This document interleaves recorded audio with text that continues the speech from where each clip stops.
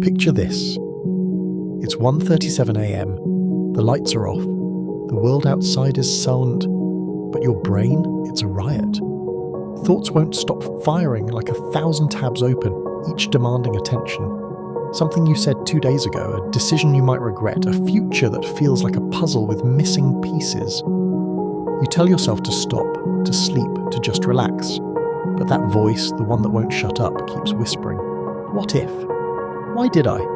What should I do next? Mopsy." And here's the dark truth. You don't overthink because you're weak. You overthink because your mind doesn't trust you anymore. That's right. Your overthinking isn't random. It's your brain's desperate attempt to protect you from emotional pain. Somewhere deep inside, your mind learned that the world is dangerous, that mistakes cost too much, and that certainty equals safety, so it tries to outthink danger endlessly. But what if that same defense mechanism meant to keep you safe is now the reason you feel trapped? Let's tear this apart. Most people believe overthinking is a habit, like nail biting or scrolling on your phone, but that's only the surface. The real cause lies deeper, in the primitive survival logic of your psychology. Overthinking is your brain's way of saying, "I don't feel safe." You're not addicted to thinking, you're addicted to control. You replay conversations because uncertainty terrifies you. You imagine future outcomes because you can't stand not knowing. You analyze your emotions because feeling them directly seems too risky. So your mind builds walls of logic around the chaos of emotion. And soon, you mistake those walls for safety, but they're actually a cage. Let's call this the illusion of safety. Overthinking convinces you that if you just think enough, you'll find peace. That if you analyze every word, you won't get rejected again. That if you predict every outcome, you'll never be blindsided. But here's the paradox. The more you chase mental control, the less control you actually have. You start living inside your thoughts, not your life. You stop feeling the world directly. You process it through analysis. You stop trusting your instincts. You second-guess them to death. You become a spectator in your own story. And this is where the real darkness begins. Because overthinking doesn't just slow you down, it rewires your identity. Your brain starts believing that safety equals distance. Distance from emotion. Distance from risk. Distance from yourself. And that distance kills your natural confidence. Think about it. Confidence isn't built from having all the answers. It's built from trusting that you'll handle whatever comes. But overthinkers don't trust themselves. They trust their thoughts. They worship certainty. They chase control, and control is a moving target.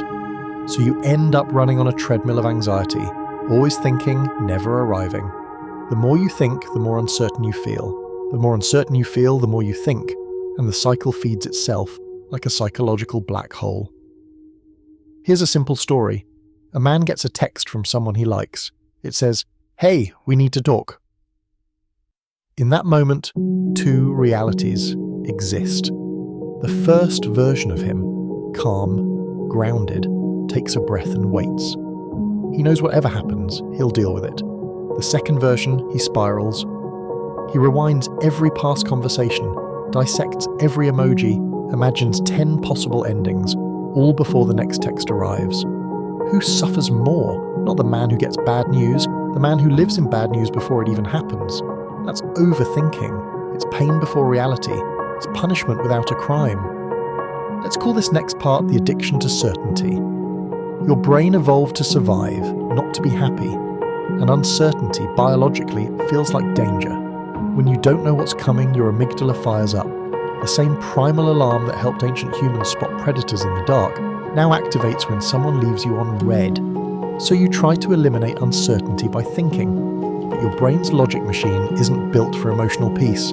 It's built for survival. That's why your thoughts spiral into worst-case scenarios. It's not self-sabotage, it's outdated software running in a modern world. And unless you reprogram that instinct, your brain will always mistake peace for laziness. It'll keep pushing you to solve life instead of living it. Now here's the real twist. Overthinking isn't thinking too much. It's feeling too little. You analyze because you can't stand the rawness of uncertainty, of vulnerability, of emotion you can't control, so you translate feeling into logic. You dissect instead of digest. You intellectualize instead of internalize. And that creates a split between who you are and what you experience. It's not that your mind is loud, it's that your body's been muted. That's why no amount of logic calms you down, because the problem isn't in your thoughts, it's in your disconnection from feeling. Your brain keeps searching for a solution that can only be found in your nervous system, in the stillness, not the spinning. So the dark truth isn't that you think too much, it's that you've forgotten how to feel safe in silence. And until you do, your mind will keep screaming to fill it, because deep down, your overthinking is just your inner child begging for control in a world that once felt too chaotic to trust. Let's go deeper. You overthink because your brain doesn't believe you'll be okay if you don't. You've trained yourself to believe that control equals safety, but real safety doesn't come from control, it comes from trust. And trust is built from experience, not thought. When you were younger, maybe as a child, a teen, or even in your first heartbreak, you learned that mistakes lead to pain, that being wrong leads to shame, that losing control means getting hurt. So your brain built a shield. Think more, feel less. Every time something hurt you, the shield grew thicker. Every time someone betrayed you, it got stronger. Every time you failed and swore you'd never let that happen again, you unknowingly added another layer of mental armor.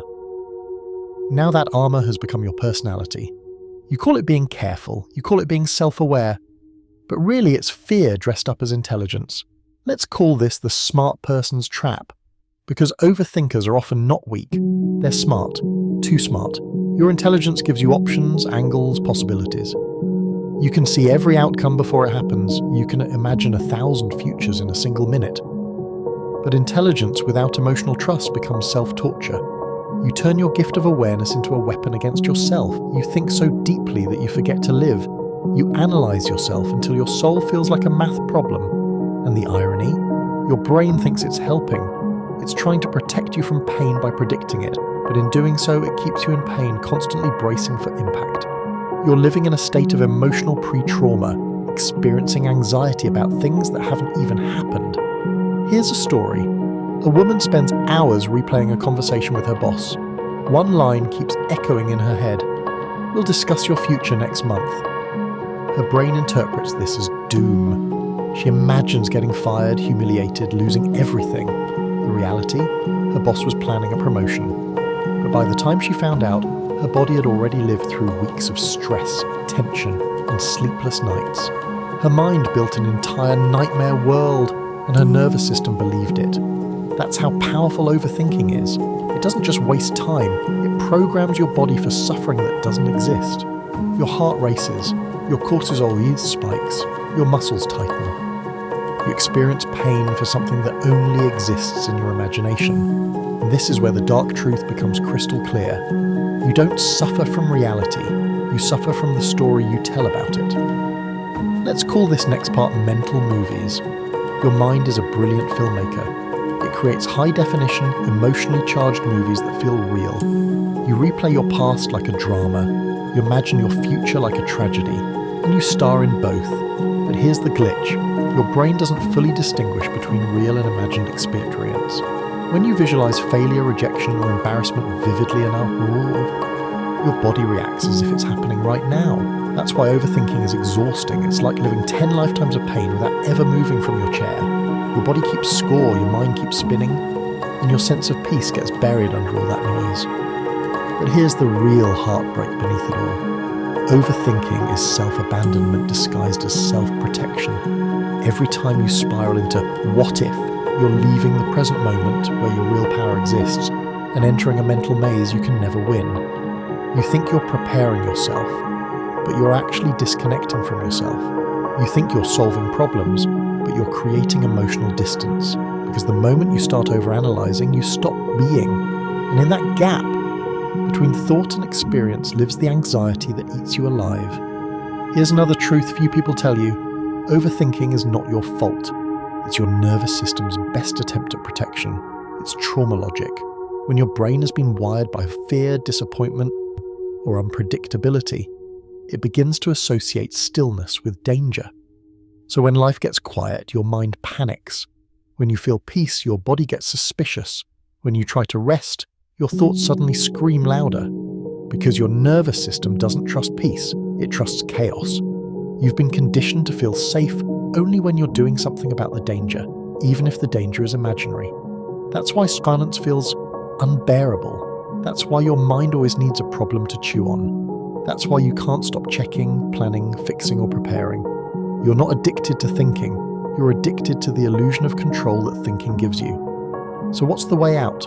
Not by stopping thoughts, not by forcing your mind to be quiet. You can't fight the mind with the mind. You heal overthinking by teaching your body that safety exists without control, that peace doesn't mean danger, that silence doesn't mean threat, that you can let go and still survive. And the way you do that isn't intellectual, it's emotional.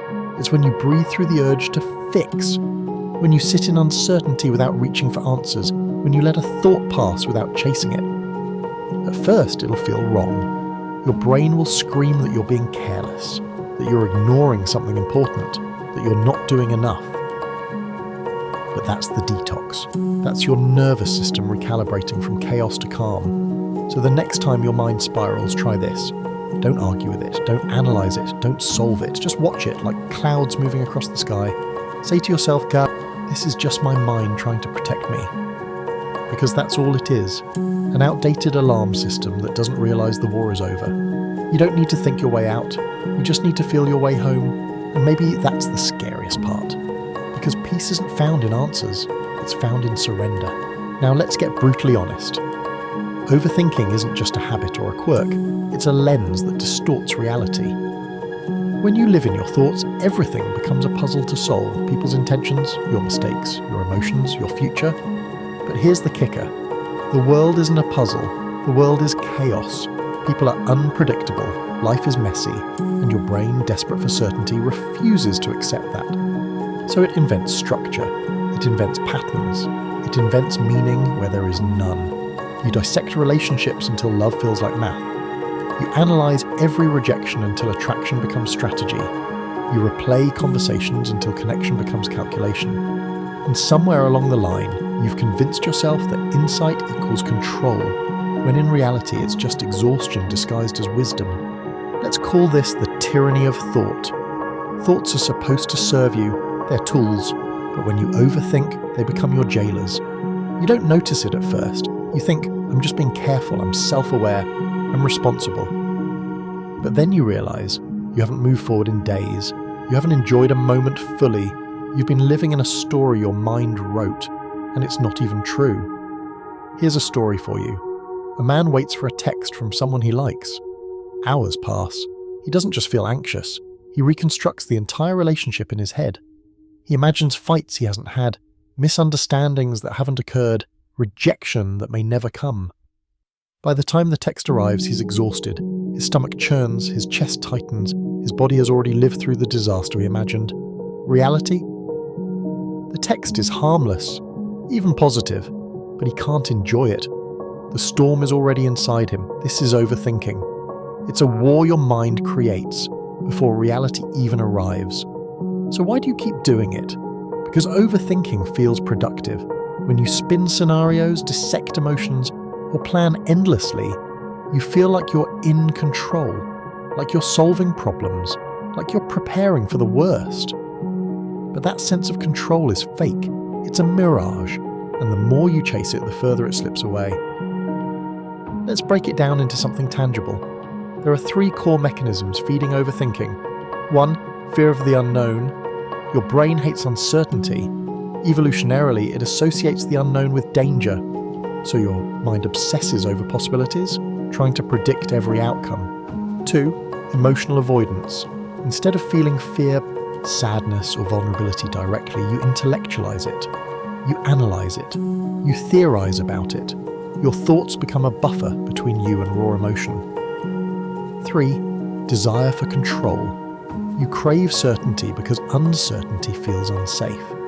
The more you try to control life through thought, the more you feed the cycle of anxiety and mental chatter. Each of these gears spins the machine of overthinking. The result? Endless mental loops, exhaustion, and disconnection from reality. Here's another story. A woman is anxious about a social event. She imagines everyone judging her. She replays past embarrassments. She predicts conversations before they happen. By the time the event starts, she's not present. She smiles, laughs, and nods, but internally she's trapped in a mental simulation. she misses the moments she actually came for.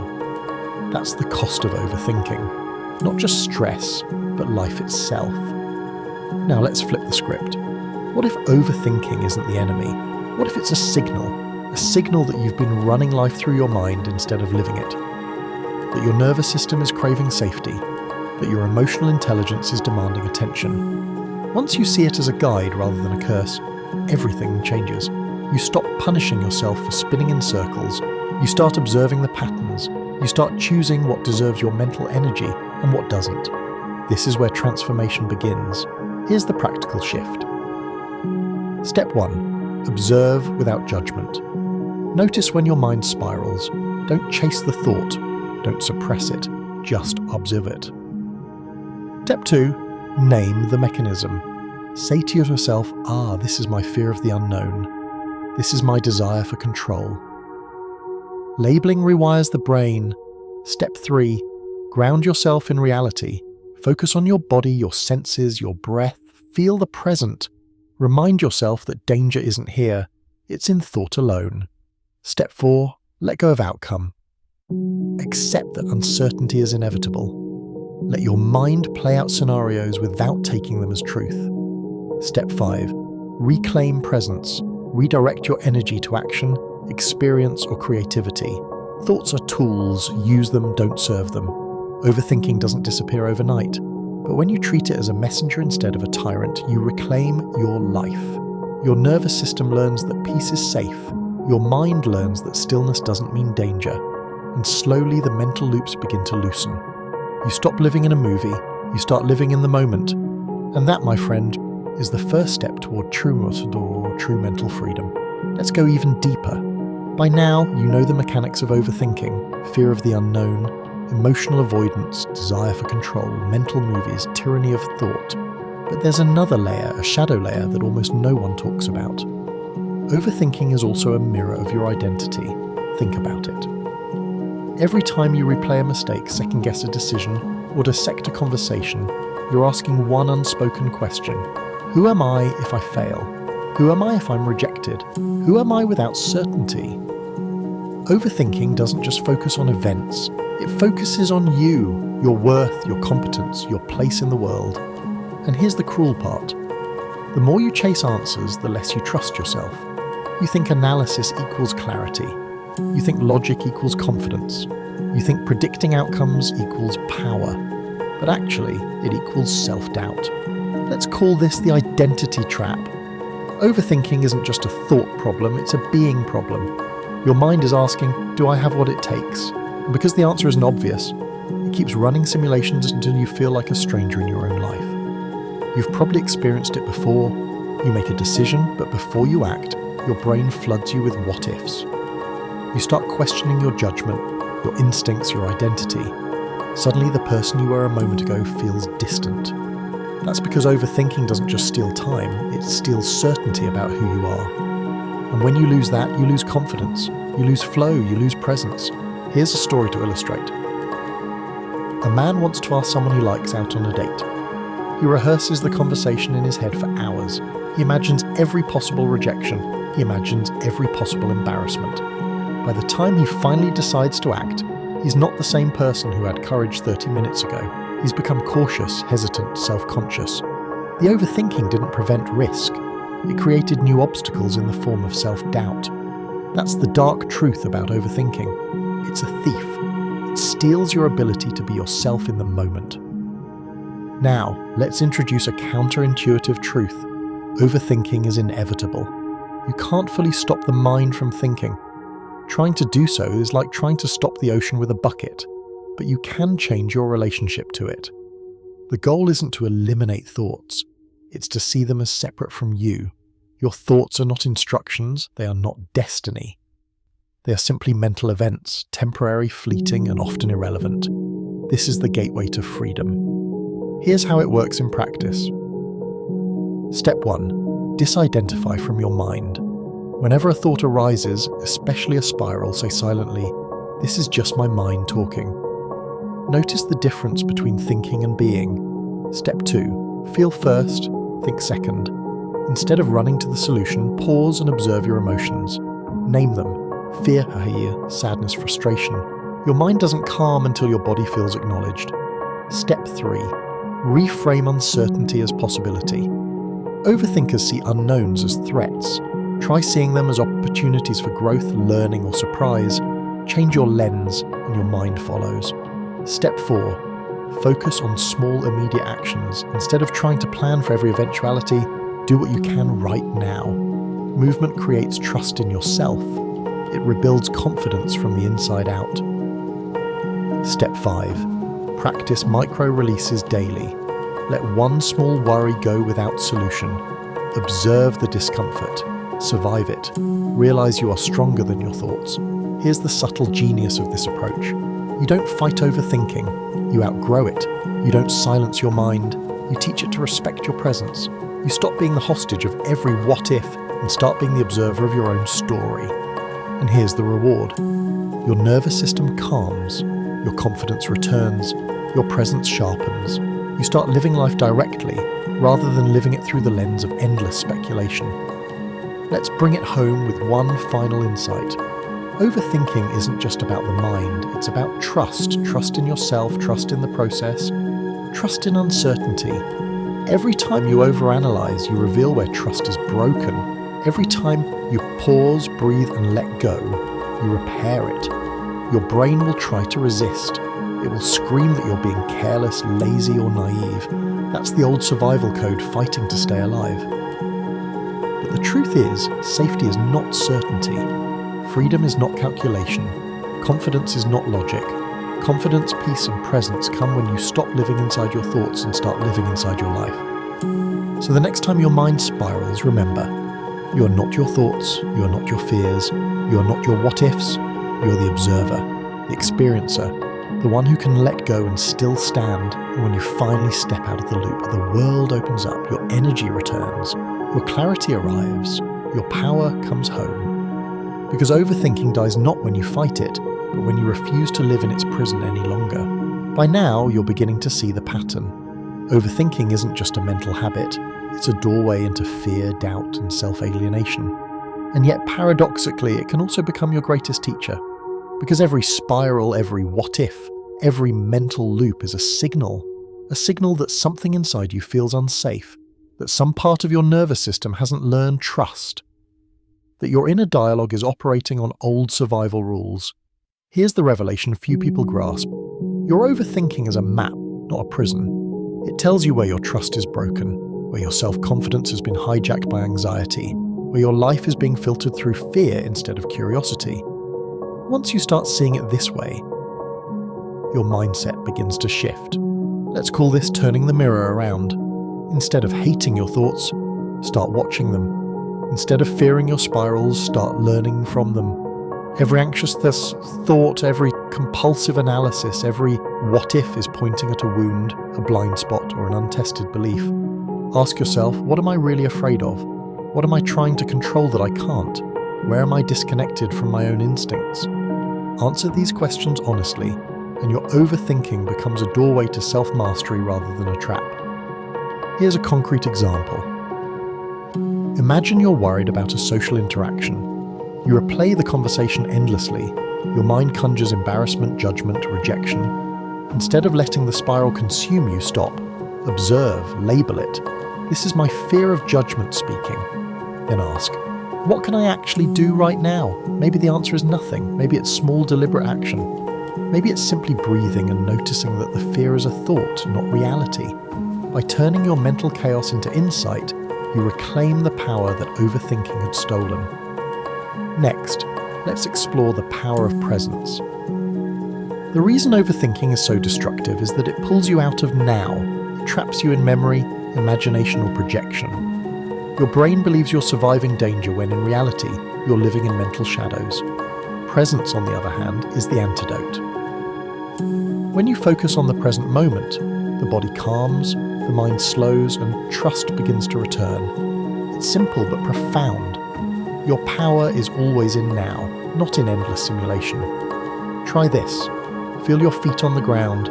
Notice the air in your lungs. Pay attention to the sensations around you. Just this micro-practice rewires your nervous system. It that reminds your brain that uncertainty doesn't equal danger, that you can survive and thrive without controlling every outcome.